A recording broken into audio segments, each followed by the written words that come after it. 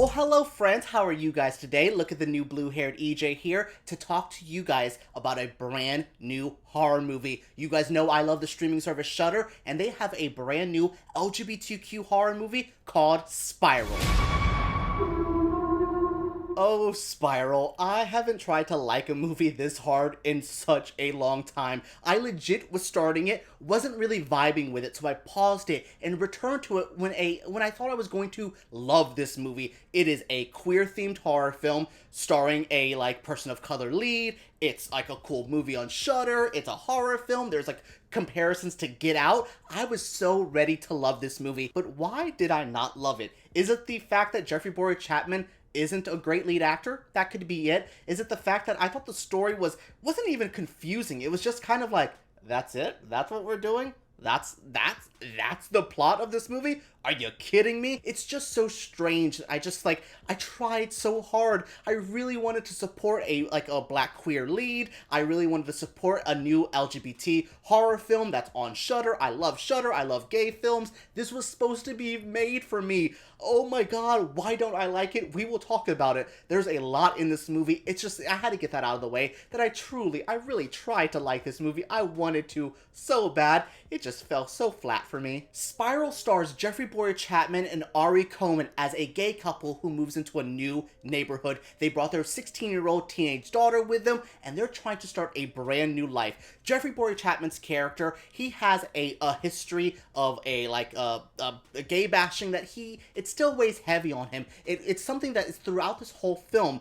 I wish it played a bigger part into the film. Now, this is where it starts getting confusing. So when they get into this new neighborhood, Malik's character, Malik, which is played by Jeffrey Bowyer-Chapman, is not vibing with this neighborhood. He feels like something's going on. He feels like his neighbors are shady. He sees when he goes into this house that the F slur, I don't want to say it because YouTube would demonetize me, is written on the wall. But by the time his husband gets there, he's already painting over it. So there's this layers of, is he crazy? Is this really happening? What's going on? There's that there, and I was already not happy with that. I just thought, this movie just confuses me there because it has the person of color lead, and I'm supposed to relate to him, but half the time the movie's just like, he might be a killer. You might not trust him. He's wackadoo, and I'm like, great, thank you. The character that I'm supposed to relate to, I don't feel it, and you're telling me he might be crazy, and I kind of believe it because Jeffrey Bowyer-Chapman's not a great actor. He's the biggest weak part of this film, and I don't want to take away the film from a black man, a black gay man that is awesome to see, and I'm happy he's here.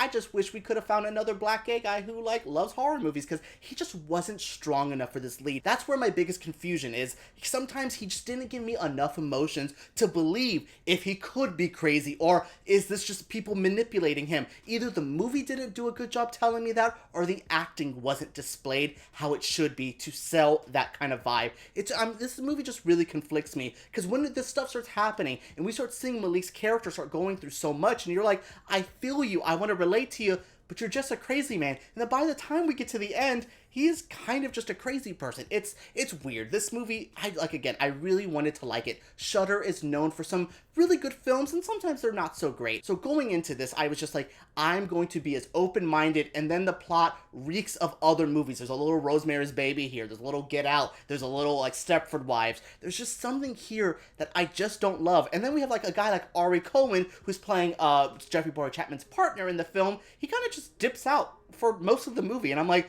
you were the stronger actor. Now I got the guy from Scary Movie 1 here and Jeffrey Bowyer-Chapman from Drag Race. What are we doing? What are we doing? This movie is so confusing. I wanted to like it. I wanted to enjoy it, but it's such a slow burn. Let's talk about that slow burn, because it is so slow that I'm still waiting for something to happen. In the era of the Hereditaries, the Midsommars, the Get Outs, there is a lot of new horror films that can slow burn a little bit. Hell, the movie The Relic this year, I really liked. It's a slow burn film. It's good. It's psychological. It's supposed to build up tension, but this movie lacks that kind of tension. It's just slow little things happening. Maybe an incident happens. Maybe a weird ghost girl shows up and has a box. And I'm like, what did the ghost girl do? What does she do? And by the end of it, she doesn't really play a part. It just blows my mind that this wanted to be sometimes a character study of the Jeffrey Bowyer-Chapman character. And I'm like, okay, he is not a good actor and not a good character, so this isn't a character study. Sometimes I want to look at it as like a Get Out kind of like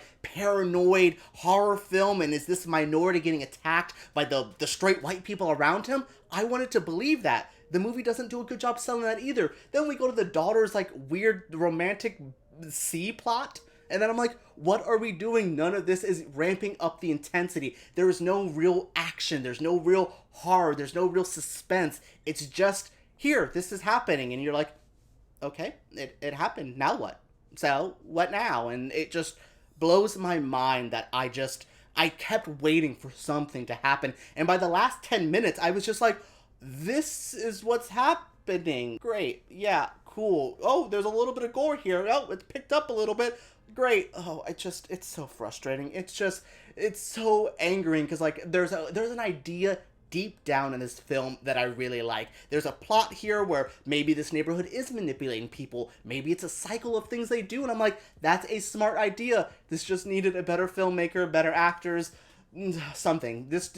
Maybe if I would have watched the movie on fast forward, it could have just got through it a little quicker. But for an hour and a half, this movie felt like 2 hours of just nothing. Director Curtis David Harder has style here. This is a filmmaker I want to see more of. He understands what to do in this type of horror movie. Again, I don't know if it's the actors being lackluster, the script just isn't as thrilling as the directing can be, or if it's maybe just not a good film at all. I just know that deep down, everyone in this movie could have done better. I'm saying I would like to see Jeffrey Bowyer-Chapman try another film. I've defended him on Drag Race, especially Canada, where people have been bashing him. I like him on that show. I like him in general. Here, he was not the lead I needed, and this is definitely something that the director, Curtis David Harder, just needed to look at and go, what is it? What can I bring out of this character? What can I bring out of the story that feels new and different? And he doesn't do that here. Again, I really want to see this I just want to see more from this director because I think there's something here to offer. There's something deep down inside that it kept me watching. I literally paused it and revisited it later on, so I wanted to enjoy this. I just